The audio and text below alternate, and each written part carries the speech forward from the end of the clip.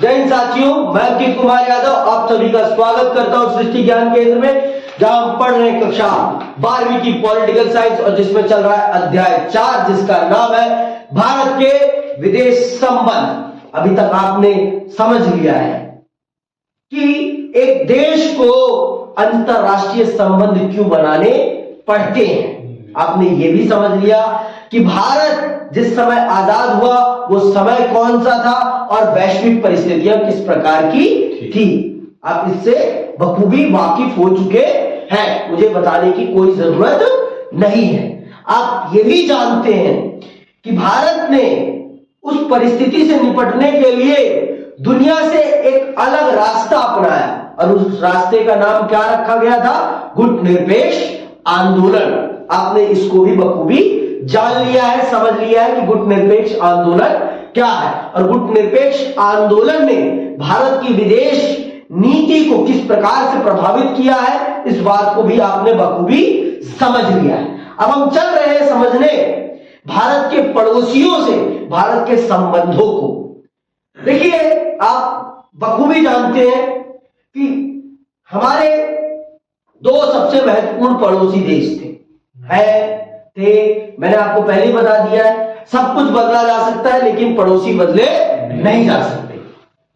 आप हर चीज बदल सकते हैं लेकिन अपने पड़ोसी नहीं बदल सकते हैं। समझ में आई बात? तो ये जानिए आप। तो भारत आजाद होता है और उसी परिप्रेक्ष्य में, उसी समय काल में उसके साथ दो और देश आजाद होते हैं। एक तो बनता है और एक आजाद होता है। भारत के साथ पाकिस्तान तो आजाद होता ही होता है, ठीक है। और उसी के साथ हमसे 2 साल बाद चीन भी एक देश के रूप में उभरता है। शुरुआती सालों में चीन के साथ हमारे बहुत अच्छे रिश्ते होते हैं, बहुत अच्छे, बहुत ही मैत्रीपूर्ण रिश्ते होते हैं। लेकिन कुछ ही समय बाद हमारे और चीन के रिश्तों में खटास आ जाती है।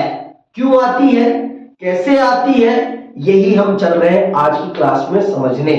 इसीलिए आज के टाइटल क्या है? चीन के साथ शांति और संघर्ष। ठीक है। आप सब जानते हैं कि भारत का सबसे पहला युद्ध अगर किसी के साथ होता है तो वो चीन के साथ होता है और 1962 में होता है। तो ये युद्ध की परिस्थितियां, जो दो देश भाई भाई बने बैठे थे उनके बीच में युद्ध क्यों हुआ, ये जानना हम सबके लिए बहुत जरूरी है। जब तक हम इस चीज को नहीं समझेंगे, कारण को नहीं समझेंगे, तब तक हम नहीं समझ पाएंगे कि युद्ध हुआ क्यों। ठीक है। और युद्ध हमेशा एक कारण से होता है। जैसे पाकिस्तान से हमारे युद्ध होते हैं, उनमें भी एक कारण छिपा है। बिना कारण के कुछ नहीं होता, ये बात जान लो। हर चीज के पीछे एक उद्देश्य होता है और एक कारण होता है, इसीलिए वो काम किया जाता है। हमारा कुछ उद्देश्य होता है, दूसरे का कुछ उद्देश्य होता है।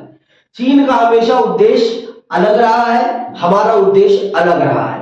पाकिस्तान का उद्देश्य अलग रहा है, हमारा उद्देश्य अलग रहा है। हमने कभी भी किसी पर पहले आक्रमण नहीं किया, सबने हम पर पहले आक्रमण किया, फिर हमने अपनी रक्षा के लिए आक्रमण किया है। तो चलिए समझते हैं। पहले तो चीन के साथ हमारे रिश्ते, शुरुआती रिश्ते कैसे थे और ये शुरुआती रिश्ते कैसे खराब हुए और क्यों चीन और भारत के बीच युद्ध हुआ। तो आइए पढ़ते हैं और जानते हैं। देखिए, पाकिस्तान के साथ अपने संबंधों के विपरीत आजाद भारत ने चीन के साथ अपने रिश्तों की शुरुआत बड़े दोस्ताना ढंग से की। पाकिस्तान के साथ हमारी शुरुआत बहुत खटासपूर्ण रही, लेकिन चीन के साथ ऐसा नहीं था। चीन के साथ हमारा रिश्ता जो प्रारंभ हुआ बहुत ही दोस्ताना, बहुत ही अच्छा। हिंदी चीनी बाई बाई के नारे भी लगते थे, बहुत अच्छा था। लेकिन ऐसा क्या होता है कि ये जो हिंदी चीनी बाई बाई थे, ये कैसे एक दूसरे के दुश्मन बन गए, यही जानना है। तो आइए आगे पढ़ते हैं। सुनना, चीनी क्रांति, ये अंडरलाइन करना, चीनी क्रांति 1949 में हुई थी।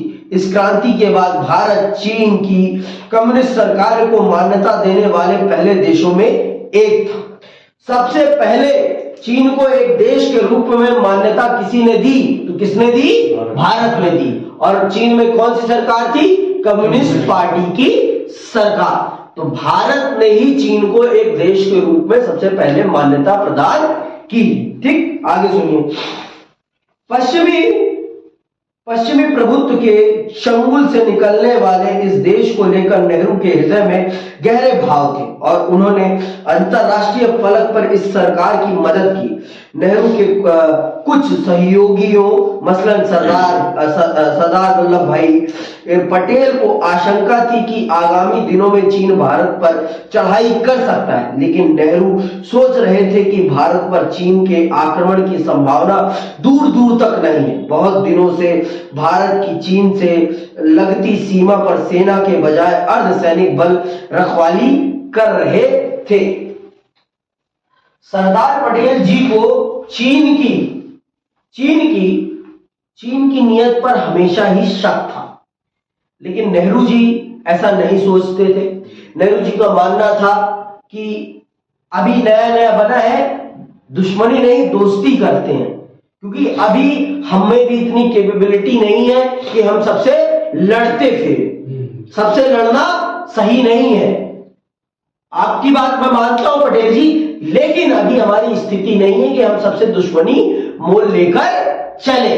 तो इसीलिए नेहरू जी ने चीन के साथ दोस्ताना रिश्ता अपनाया और चीन की जो सीमा, चीन से लगती सीमाओं पर, ये जो चीन से लगती सीमाएं हैं हमारी, यहां पर हमने अब इंडियन आर्मी को ना खड़ा करके किसको खड़ा किया? अर्धसैनिक बलों को, जैसे सीआईएसएफ, बीएसएफ, सीआईएसएफ जैसे है ना, ये सेंट्रल रिजर्व पुलिस फोर्सेस को खड़ा किया, या फिर उस राज्य की ही पुलिस को खड़ा कर दिया। राज्य पुलिस मतलब समझ गए, स्टेट पुलिस को खड़ा कर दिया।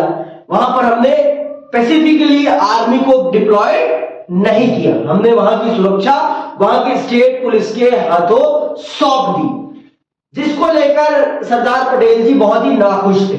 उनका मानना था कि चीन पर कभी भी आंख मूंदकर भरोसा नहीं किया जाना चाहिए, और यही नेहरू जी से सबसे बड़ी गलती हो जाती है।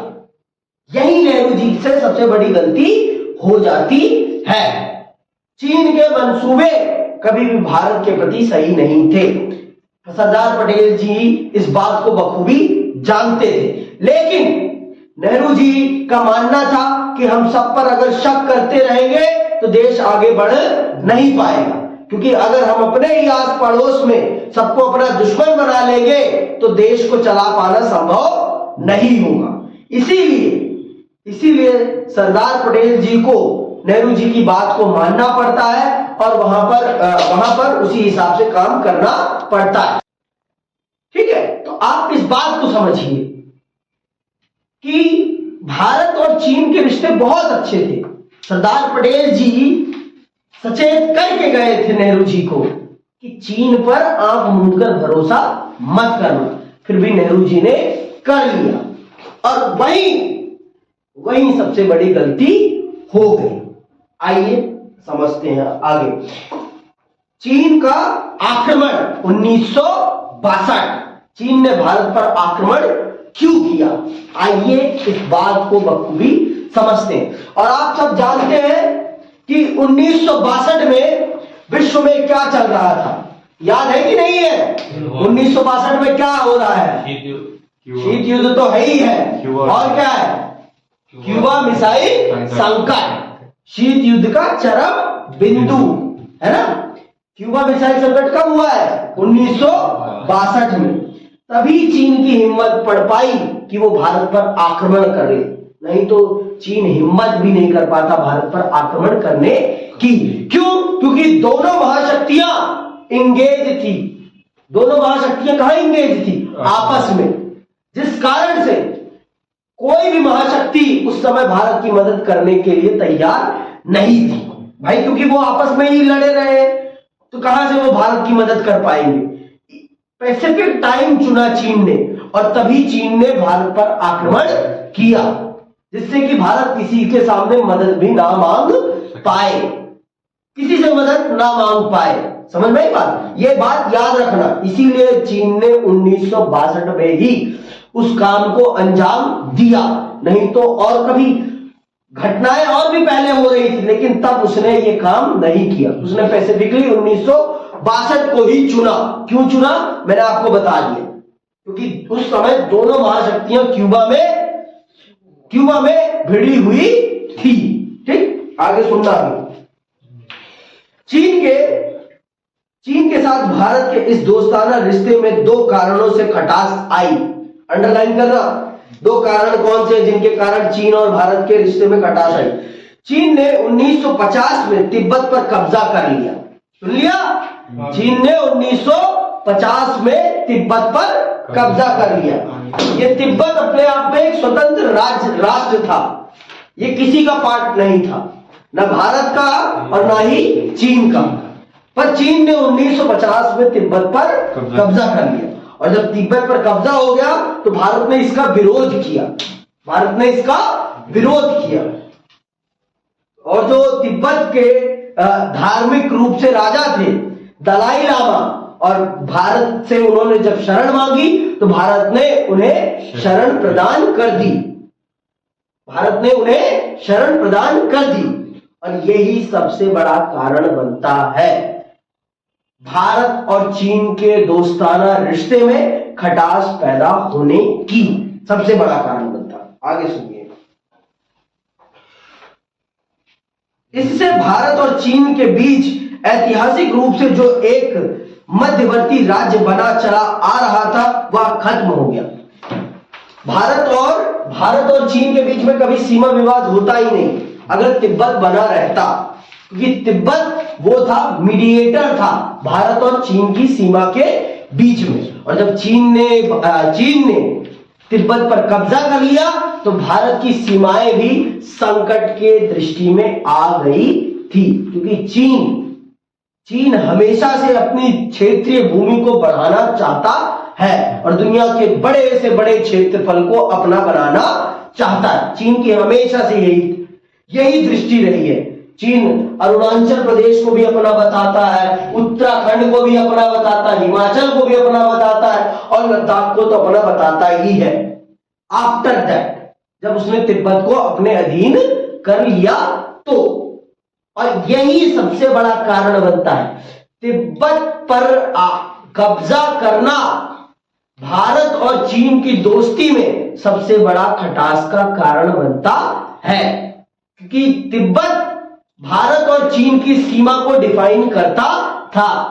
तिब्बत भारत और चीन की सीमा के बीच में एक बहुत बड़ा मीडिएटर था, जिस कारण से भारत को कभी किसी बात के अपनी सीमा के लिए कोई झंझट नहीं था। लेकिन जब चीन ने तिब्बत पर कब्जा कर लिया तो भारत को भी अपनी सीमा की चिंता सताने लगी और भारत ने तिब्बत पर चीन का कब्जा करने पर चीन की आलोचना की विश्व पटल पर। आगे सुनिए। शुरू में भारत ने चीन के इस कदम का खुले तौर पर विरोध नहीं किया। बहरहाल तिब्बत की संस्कृति को कुचलने की खबरें जैसे जैसे सामने आने लगी वैसे वैसे भारत की बेचैनी भी बढ़ी। तिब्बत के धार्मिक नेता दलाई लामा ने भारत में राजनीतिक शरण मांगी और 1959 में भारत ने उन्हें शरण दे दी। चीन ने आरोप लगाया कि भारत सरकार अंदरूनी तौर पर चीन विरोधी गतिविधियों को हवा दे रहा है और यही वो तत्कालिक घटना बनती है जिसके कारण चीन आगबूला हो जाता है कि भारत ने कैसे मेरे दुश्मन दलाई लामा को अपने घर में शरण दे दी। भारत मेरे अंदरूनी मामले में इंटरफेयर कर रहा है और भारत ने तो कभी माना ही नहीं कि तिब्बत तेरा है भाई, तो तेरा इंटरनल मैटर कैसे हो जाएगा। और जब कोई किसी आपसे कोई आपके दरवाजे पे आकर कह रहा है भाई मैं मुसीबत में हूं, मुझे अपने घर में रख लो, तो आप नहीं रखोगे, कोई भी रखेगा। और हमने दलाई लामा को इसीलिए राजनीतिक शरण प्रदान कर दी क्योंकि वो मुसीबत में थे और चीन उनके साथ गलत कर रहा था और यहीं से भारत और चीन के रिश्ते में खटास पैदा हो गई। जब दलाई लामा को भारत ने राजनीतिक शरण प्रदान कर दी और इस घटना ने ही चीन और भारत के रिश्ते में 36 का आंकड़ा पैदा कर दिया और फिर भारत ने वैश्विक पटल पर चीन की तिब्बत पर कब्जे वाली बात को उठाना प्रारंभ कर दिया। और आज भी देखो आप, तिब्बत की जो वास्तविक जनता है उनको मारा जा रहा है और तिब्बत में चीनी जनता को बसाया जा रहा है। तिब्बत के लोग चीन के लोगों में बहुत अंतर है, यही हमारे देश की जनता को भी नहीं पता।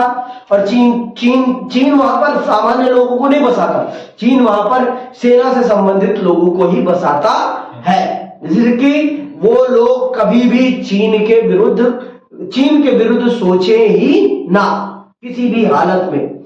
और चीन दलाई लामा के रूप में एक नए बच्चे को ट्रेन भी कर रहा है कि दलाई लामा जब मरेंगे तो दलाई लामा के रूप में उस बच्चे को वो बिठाएंगे, क्योंकि तिब्बत में ना दलाई लामा का पद ही सबसे महत्वपूर्ण पद होता है और दलाई लामा ही उनके राजनीतिक धार्मिक दोनों गुरु होते हैं। वो ही देश के वास्तविक राजा माने जाते हैं। दलाई लामा को ही तिब्बत का राजनीतिक भी और धार्मिक गुरु दोनों ही माना जाता है। तो जब दलाई लामा ने भारत में शरण मांग ली तो चीन इससे आग बबूला हो गया कि भारत, तू मेरा दोस्त होके तूने कैसे मेरे दुश्मन को अपने घर में शरण दे दी।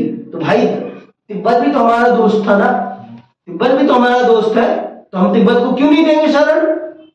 तेरी लड़ाई है, मेरी थोड़ी ना लड़ाई है उससे। भाई तुम दोनों की लड़ाई है, तुम दोनों की लड़ाई में मैं क्यों पिसूं? अगर वो मुझसे मांग रहा है मदद तो मैंने उसे मदद दी, तू भी यहां मदद मांग, मैं तेरे को मदद करा, तू तो कहने वाली बात है। अब भाई दो दोस्तों के बीच में लड़ाई होगी तो उसमें तीसरा दोस्त क्यों पिसे? लेकिन चीन इस चीज को गलत लेता है और चीन इससे आग बबूला हो जाता है। बात समझ रहे हो कि नहीं समझ रहे हो? आगे सुनो, आगे क्या है? इससे कुछ दिनों पहले भारत और चीन के बीच एक सीमा विवाद भी उठ खड़ा हुआ था।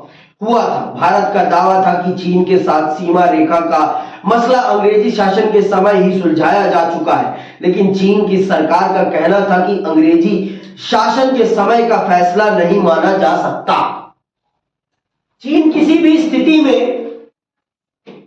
स्थिति में अपनी जमीन का एक टुकड़ा किसी को देने को तैयार नहीं था और चीन अंग्रेजी सरकार के द्वारा किए गए सीमा विवादों पर काम को मानने से साफ इनकार कर रहा था। और भारत कह रहा था भाई पहले ही सेटल हो गया तो अब क्यों विवाद खड़ा करना? देखो, उसे विवाद इसलिए खड़ा करना था क्योंकि उसे भारत से बदला लेना था कि तूने दलाई लामा को क्यों शरण दी, तूने दलाई लामा को क्यों शरण दी, इस चीज के लिए उसे बदला लेना था। और सीमा विवाद तो सिर्फ एक बहाना था, सीमा विवाद तो मैं मानता हूं एक बहाना था, असली काम था दलाई लामा को शरण क्यों दी। उसका मानना था कि भारत को दलाई लामा को शरण नहीं देनी थी, दलाई लामा को शरण नहीं देनी थी।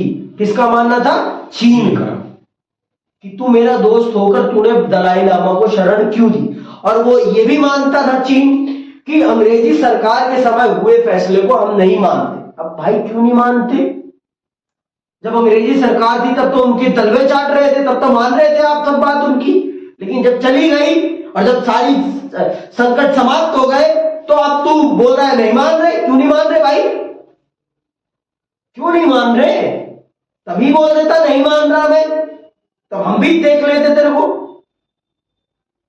चीन ने हमेशा पीठ पर छुरा भोंकने का काम किया है और आज भी हमारी जनता इस बात को नहीं समझती।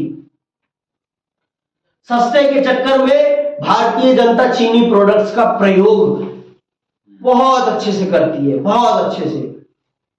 दिए नहीं खरीद सकती, दिए के रूप में बत्तियां जरूर खरीद लेगी।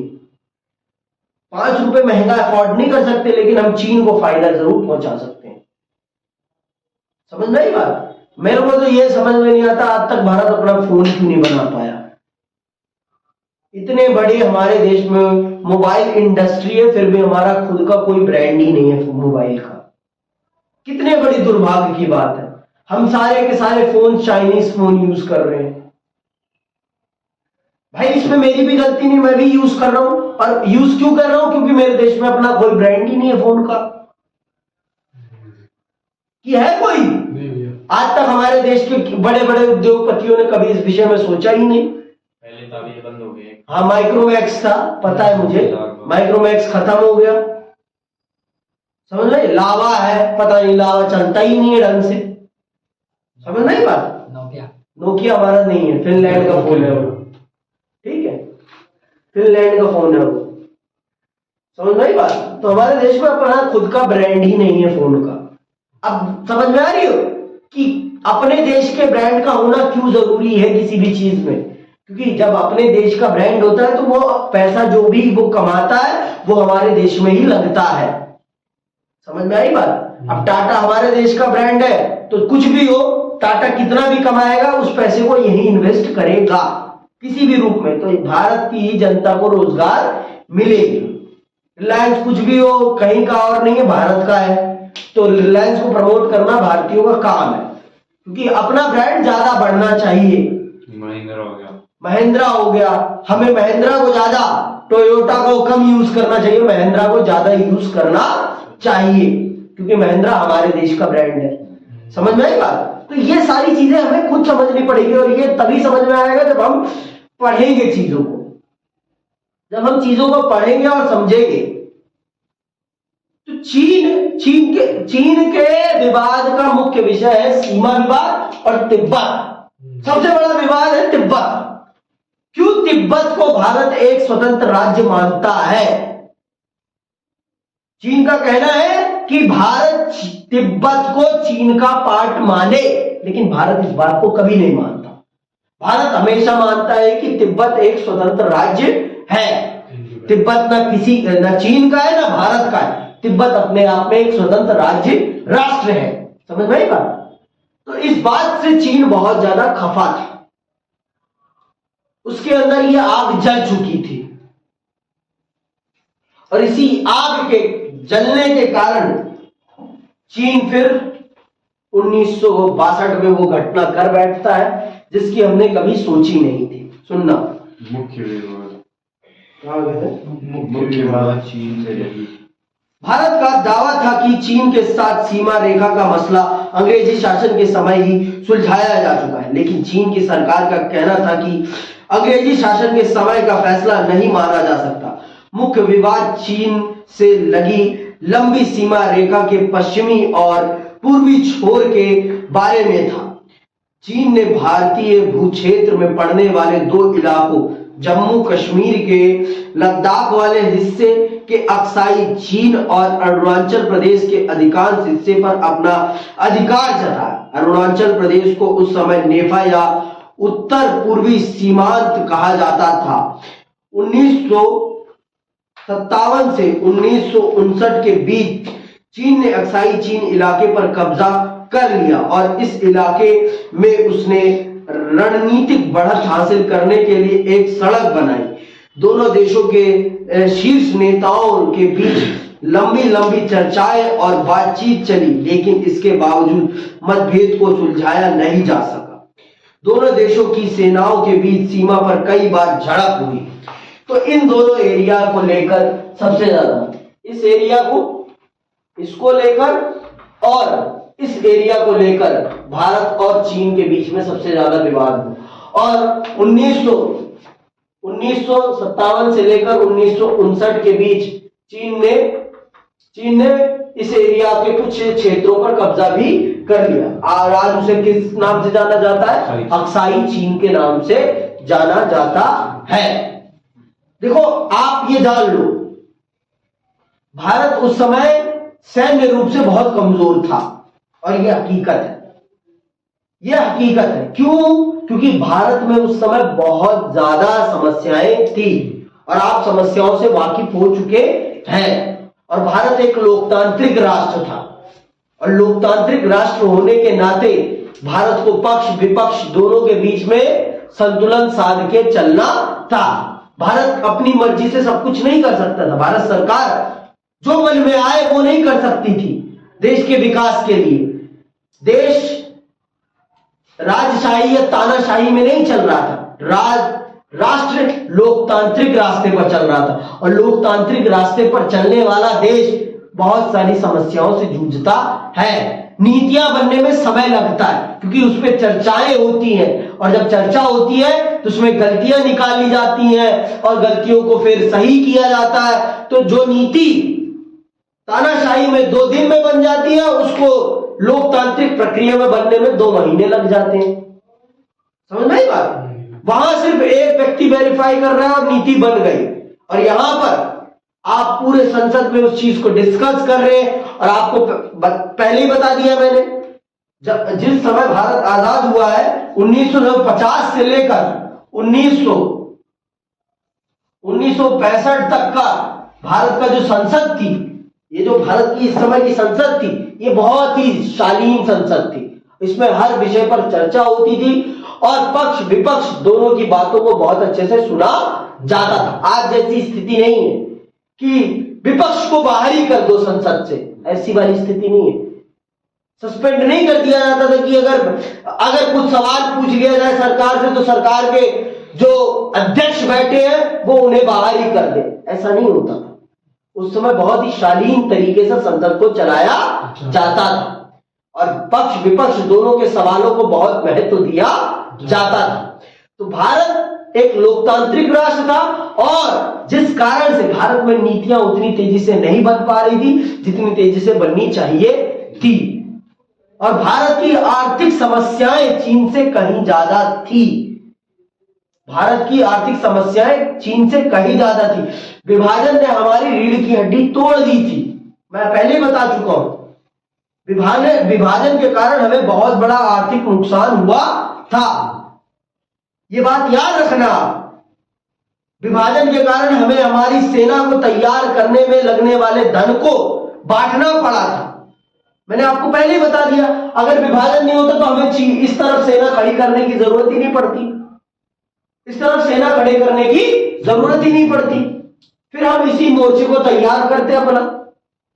समझ में आई बात? तो ये सारी समस्याएं थी, इसीलिए पंडित नेहरू दोनों तरफ दुश्मन नहीं चाहते थे, इसीलिए नहीं चाहते थे क्योंकि अगर दोनों ही पड़ोसी, बड़े पड़ोसी हमारे दुश्मन बन जाएंगे तो हमारा सैन्य बजट बहुत ज्यादा बढ़ जाएगा, और अगर हम सेना पर ही खर्चा कर देंगे तो देश के विकास को कैसे चलाएंगे? फिर देश के विकास को फिर बढ़ावा कैसे दिया जाएगा? अगर हम बंदूकें खरीदने पर ही पैसा खर्च करेंगे तो फिर हमारे देश को गरीबी से हम कब निकालेंगे?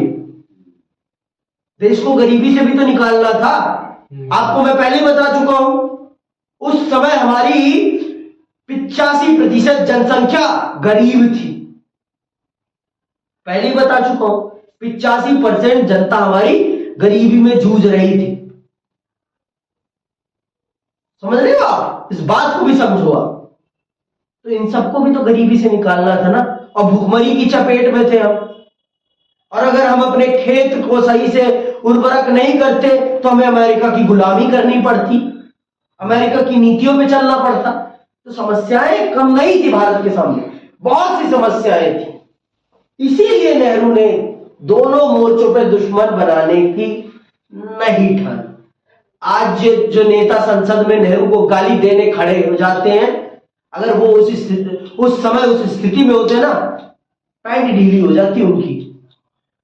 आज जिस स्थिति में भारत है, जो दे दिया गया है भारत को इस समय, अगर उस स्थिति में होते तो पैंट ढीली हो जाती, पता चल जाता कि देश चलाना कितना मुश्किल है।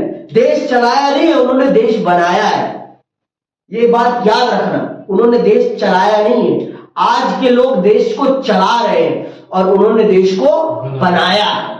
बनाने में और चलाने में बहुत अंतर होता है, ये बात आप ध्यान रखिए। नेहरू ने इस देश को बनाया, शेप अप करा है, और गलतियां सबसे होती हैं, और उस समय हमारी सेना इतनी मजबूत नहीं थी। मैं मानता हूं गलतियां उनसे हुई हैं, मैं ये नहीं कह रहा कि वो उन्होंने गलतियां नहीं की है। लेकिन आज के नेता गलतियां भी करते हैं तो स्वीकारते भी तो नहीं है कि हमने गलतियां की हैं। हमने गलतियां की हैं, वो तो स्वीकारने को भी तैयार नहीं होते। तो ये बात है, आप मेंटेलिटी को समझो आज की। आपको इसीलिए मैं बता रहा हूं कि मैंने आपको पहले ही बोल दिया है, हर चीज परिस्थिति पर निर्भर करती है, परिस्थिति पर निर्भर करती है।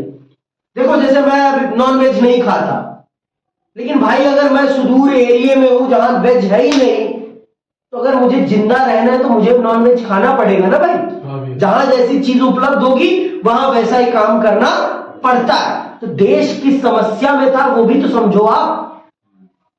अगर देश बहुत खुशहाल होता तब हम चीन से हार जाते तो ये हमारे लिए बहुत शर्म की बात होती। हमारी सेना मजबूत होती तब हम हार जाते तो हमारे लिए बहुत शर्म की बात होती। लेकिन हमने ऐसा भी नहीं है कि हमने मुकाबला नहीं किया, हमने अच्छा मुकाबला किया और हमने चीनी सेना को पीछे हटने के लिए मजबूर भी किया। ठीक है, आगे सुनो। समकालीन विश्व राजनीति के पहले अध्याय में क्यूबा के मिसाइल संकट की चर्चा की गई थी। क्या आपको इस घटना की याद है जिस समय पूरे विश्व का ध्यान दो महाशक्तियों की तानातनी से पैदा इस संकट की तरफ लगा हुआ था? ठीक उसी समय चीन ने 1962 के अक्टूबर में दोनों विवादित क्षेत्रों पर बड़ी तेजी तथा व्यापक स्तर पर हमला किया। पहला हमला एक हफ्ते तक चला और इस दौरान चीनी सेना ने अरुणाचल प्रदेश के कुछ महत्वपूर्ण इलाकों पर कब्जा कर लिया। हमले का अगला दौर नवंबर महीने में शुरू हुआ। लद्दाख से लगे पश्चिमी मोर्चे पर भारतीय सेना ने चीन की बढ़त रोकी, लेकिन पूर्व में चीनी सेना आगे बढ़ते हुए असम के मैदानी हिस्से के प्रवेश द्वार तक पहुंच गई। आखिरकार चीन ने एक तरफा युद्ध विराम घोषित किया और चीन की सेनाएं उस मुकाम पर लौट गई जहां वे पहले से हमले से पहले के वक्त तैनात थी। लद्दाख के इस एरिया में भारत ने डट कर मुकाबला किया, लेकिन इस एरिया में भारत वैसा मुकाबला नहीं कर पाया जिस तरह मुकाबला किया जाना था। क्यों नहीं कर पाया? मैंने आपको पहले ही बता दिया, इस एरिया की सिक्योरिटी के लिए भारतीय सेना नहीं, उस राज्य की पुलिस डिप्लॉयड थी। तो पुलिस के पास उस प्रकार के हथियार नहीं होते जिस प्रकार के सेना के पास हथियार होते। आपको भी पता है, सबको पता है। तो और चीन ने जो समय चुना था युद्ध के लिए, वो समय बहुत ही विकराल था। आप भी जानते हैं कि वो विश्व युद्ध का समय था और उस क्यूबा मिसाइल संकट का समय था जिस समय दोनों महाशक्तियां क्यूबा में आपस में भिड़ी हुई थी। उसी समय को उसने चुना, जिस कारण से भारत किसी से भी मदद नहीं ले पाया, किसी से भी मदद नहीं ले पाया और कोई उस समय भारत की मदद करने की स्थिति में था भी नहीं। इसीलिए चीन वो हरकत कर पाया और इस एरिया में भारत के बहादुर जवानों ने डट कर मुकाबला किया और भारत के सिर्फ 120 जवानों ने 120 जवानों ने चीन के 1200-1300 सैनिकों को मुंह की खाने के लिए मजबूर कर दिया। उनके रेजांगला का युद्ध आपको याद हो तो, रेजांगला का युद्ध 1962 का युद्ध है, जिसमें यहां रेजांगला में तैनात भारतीय सेना के यादव वीर जवानों ने चीन की सेना के दांत खट्टे कर दिए। सिर्फ 120 जवानों ने 1200 से 2000 सैनिकों को मारा चीन के। किसी को विश्वास नहीं हुआ। जब भारतीय सेना वहां पर गई सर्वे करने के लिए, तब भारतीय सेना को भी यह विश्वास हुआ कि हमारे सैनिकों ने कितनी ज्यादा वीरता का काम किया। चीन को पता चल गया कि सबसे टकराना है, लेकिन भारतीय सेना से नहीं टकराना है, क्योंकि भारतीय सेना में जज्बात है और वीरता की पूरी भूख है कि जब वो लड़ती है तो सिर्फ लड़ती है और अपनी जमीन के लिए लड़ती है, अपने हक के लिए लड़ती है, कभी किसी पे अन्याय करने के लिए नहीं लड़ती। तो जो गलत नहीं होता वो कभी नहीं हारता, और जो गलत होता है वो कभी जीत नहीं सकता। इस बात को समझो आप, समझ में आई बात? आगे सुनिए। तो एक मोर्चे पे भारत कमजोर हो गया, लेकिन एक मोर्चे पे भारत ने डटकर मुकाबला किया। ठीक। चीन युद्ध से भारत की छवि को देश और विदेश दोनों ही जगह धक्का लगा। इस संकट से उबरने के लिए भारत को अमेरिका और ब्रिटेन दोनों से सैन्य मदद की गुहार लगानी पड़ी। सोवियत संघ इस संकट की घड़ी में तटस्थ बना रहा। क्यों बना रहा था तटस्थ सोवियत संघ? क्योंकि चीन उसी की विचारधारा से चलता था, तो चीन उसका चेला था, तो इसीलिए चीन और भारत के युद्ध के मामले में सोवियत संघ ने भारत की मदद नहीं की, ना भारत की मदद की और ना ही चीन की मदद की। वो तटस्थ बना रहा, न्यूट्रल बन गया। समझ में आई बात? क्यों बन गया? क्योंकि चीन उनकी विचारधारा का अनुसरण करता था, इसीलिए। ठीक। आगे सुनिए। तो भारत को चीन युद्ध के समय अमेरिका और ब्रिटेन की मदद लेनी पड़ी। ठीक। सोवियत संघ इस संकट की घड़ी में तटस्थ बना रहा। चीन युद्ध से भारतीय राष्ट्रीय स्वाभिमान को चोट पहुंची, लेकिन इसके साथ साथ राष्ट्र भावना भी बलवती हुई। कुछ प्रमुख सैन्य कमांडरों ने या तो इस्तीफा दे दिया या अवकाश ग्रहण कर लिया। नेहरू के नजदीकी सहयोगी और तत्कालीन रक्षा मंत्री वी.के. कृष्ण मेनन को भी मंत्रिमंडल छोड़ना पड़ा।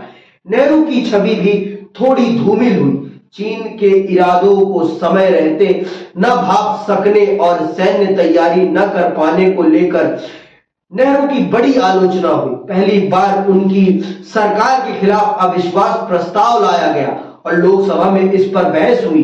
इसके तुरंत बाद कांग्रेस ने कुछ महत्वपूर्ण उपचुनाव में पटकनी खाई। देश का राजनीतिक मानस बदलने लगा था। पहली बार पंडित नेहरू के खिलाफ अविश्वास प्रस्ताव लाया गया, लेकिन वो पास नहीं हुआ। ठीक है। और बहुत सारे राज्यों में उपचुनाव हुए और उन उपचुनावों में कांग्रेस को मुंह की खानी पड़ी। और इस युद्ध ने जो राष्ट्रवाद की भावना खत्म हो रही थी भारत में, उस राष्ट्रवाद की भावना को पुनः पनपा दिया। भारत की जनता में फिर देश प्रेम की भावना पैदा हो गई और फिर भारत को अपनी सेना के विकास के लिए काम करने के लिए मजबूर होना पड़ा। तो इसीलिए मैं कहता हूं कि भारत के इन 3 युद्धों ने भारत को 30 साल पीछे कर दिया है, क्योंकि जो भारत के विकास पे पैसा लगना था वो पैसा हमें हमारी सेना पर लगाना पड़ा। इसीलिए मैं कहता हूं युद्ध किसी भी प्रकार से अच्छा नहीं है। युद्ध हमेशा विनाश लाता है। युद्ध हमेशा क्या लाता है? विनाश।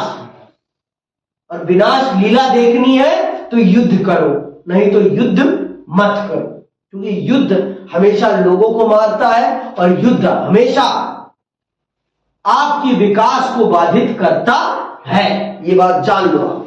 समझ में आई बात? आगे सुनिए। तो इस युद्ध ने नेहरू की छवि पर, देश की छवि पर और कांग्रेस की छवि पर एक पट्टा लगा दिया। एक पट्टा लगा दिया। ठीक है। और कांग्रेस की बहुत आलोचना हुई, नेहरू की बहुत आलोचना हुई, पर नेहरू ने उस आलोचना को सहा और उन्होंने स्वीकार किया कि मैंने चीन की मानसिकता को समझने में भूल कर दी। फिर उन्होंने देश की सेना के विकास के लिए जो करना था वो कदम उठाए और भारतीय सेना को मजबूत किया गया। भारत चीन संघर्ष का असर विपक्षी दलों पर भी हुआ।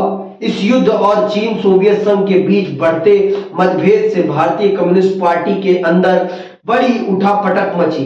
सोवियत संघ का पक्षधर खेमा भाकपा में ही रहा और उसने कांग्रेस के साथ नजदीकी बढ़ाई। दूसरा खेमा कुछ समय के लिए चीन का पक्षधर रहा और यह खेमा कांग्रेस के साथ किसी भी तरह की नजदीकी के खिलाफ था। भारतीय कम्युनिस्ट पार्टी 1964 में टूट गई। इस पार्टी के भीतर जो खेमा चीन का पक्षधर था उसने मार्क्सवादी भारतीय कम्युनिस्ट पार्टी बनाई। चीन युद्ध के क्रम में माकपा के कई नेताओं को चीन का पक्ष लेने के आरोप में गिरफ्तार किया गया। ठीक है, चीन के साथ हुए युद्ध ने भारत के नेताओं को पूर्वोत्तर की डावाडोल स्थिति के प्रति सचेत किया। यह इलाका अत्यंत पिछड़ी दशा में था और अलग थलग पड़ गया था। राष्ट्रीय एकता और अखंडता के लिहाज से भी यह इलाका चुनौतीपूर्ण था। चीन युद्ध के तुरंत बाद इस इलाके को नई तरतीब में ढालने की कोशिशें शुरू की गई। नागालैंड को प्रांत का दर्जा दिया गया। मणिपुर और त्रिपुरा हालांकि केंद्र शासित प्रदेश थे, लेकिन उन्हें अपनी विधानसभा के निर्वाचन का अधिकार मिला। तो इस प्रकार से आजादी के बाद हमने इस एरिया पे ध्यान देना ही छोड़ दिया था, लेकिन 1962 के युद्ध के बाद हमने इस एरिया पे पुनः ध्यान देना प्रारंभ किया और हमने इसके विकास के लिए बहुत सारे कदम उठाए। अब आते हैं, समझ लेते हैं कि तिब्बत क्या है। तिब्बत को जानना बहुत जरूरी है क्योंकि तिब्बत भारत और चीन के युद्ध के होने में सबसे बड़ी भूमिका निभाता है। यही सबसे बड़ी भूमिका निभाता है। तो सुनिएगा तिब्बत क्या है।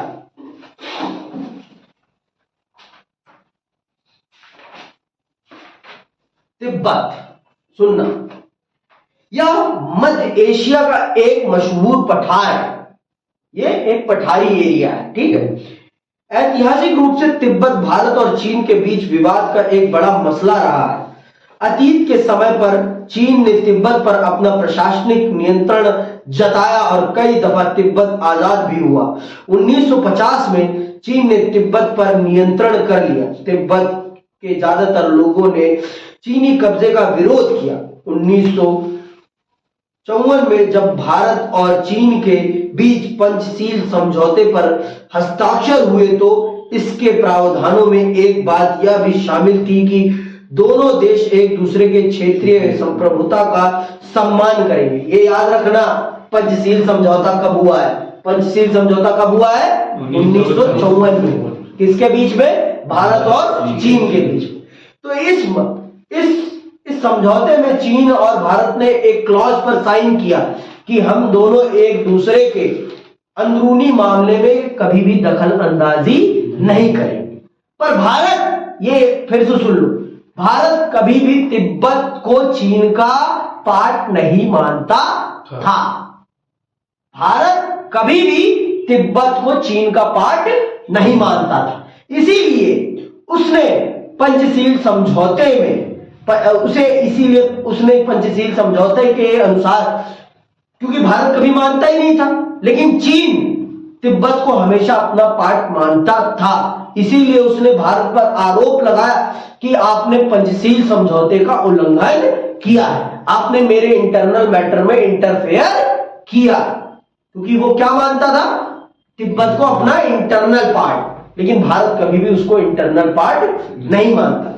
सुनना, चीन ने इस प्रावधान का अर्थ लगाया कि भारत तिब्बत पर चीनी दावेदारी की बात को स्वीकार कर रहा है। 1956 में चीनी शासनाध्यक्ष चाओ एन लाई भारत के आधिकारिक दौरे पर आए तो साथ ही साथ तिब्बत के धार्मिक नेता दलाई लामा भी भारत पहुंचे। उन्होंने तिब्बत की बिगड़ती स्थिति की जानकारी नेहरू को दी। चीन आश्वासन दे चुका था कि तिब्बत को चीन के अन्य इलाकों से कहीं ज्यादा स्वायत्तता दी जाएगी। 1958 में चीनी आधिपत्य के विरुद्ध तिब्बत में सशस्त्र विद्रोह हुआ। इस विद्रोह को चीन की सेनाओं ने दबा दिया। स्थिति बिगड़ती देखकर तिब्बत के पारंपरिक नेता दलाई लामा ने सीमा पार कर भारत में प्रवेश किया और 1959 में भारत में शरण मांगी। भारत ने दलाई लामा को शरण दे दी। चीन ने भारत के इस कदम का कड़ा विरोध किया। पिछले 50 सालों में बड़ी संख्या में तिब्बती जनता ने भारत और दुनिया के अन्य देशों में शरण ली है। भारत में खासकर दिल्ली में तिब्बती शरणार्थियों की बड़ी बड़ी बस्तियां, जानते हो कहां है? कहां है तिब्बत के लोग? भारत दिल्ली में कहां है? नहीं जानते?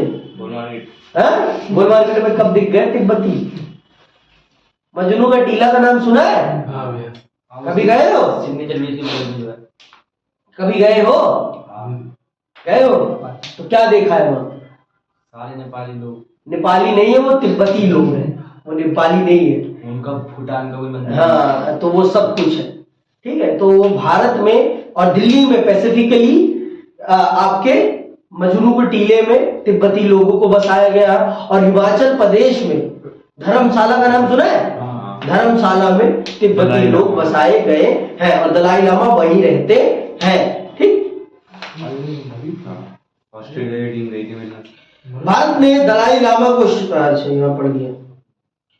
हिमाचल प्रदेश के धर्मशाला में संभवतया तिब्बती शरणार्थियों की सबसे बड़ी बस्ती है। दलाई लामा ने भी भारत में धर्मशाला को ही अपना निवास स्थान बनाया है। 1950 और 1960 के दशक में भारत के अनेक राजनीतिक दल और राजनेताओं ने तिब्बत की आजादी के प्रति अपना समर्थन जताया। इन दलों में सोशलिस्ट पार्टी और जनसंघ शामिल है। जनसंघ का मतलब भारतीय जनता पार्टी।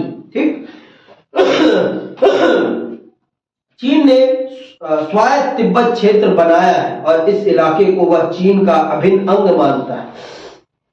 तिब्बती जनता चीन के इस दावे को नहीं मानती कि तिब्बत चीन का अभिन्न अंग है।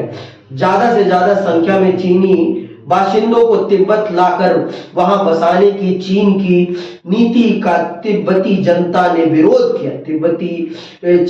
तिब्बती चीन के इस दावे को भी नकारते हैं कि तिब्बत को स्वायत्तता दी गई है। वे मानते हैं कि तिब्बत की पारंपरिक संस्कृति और धर्म को नष्ट करके चीन वहां साम्यवाद फैलाना चाहता है। तो ये सारी बातें, तिब्बत को बर्बाद करना चाहता है चीन और तिब्बत को चीन अपने नियंत्रण में लेना चाहता है। लेकिन चीन, जो तिब्बत की जनता है, वो किसी भी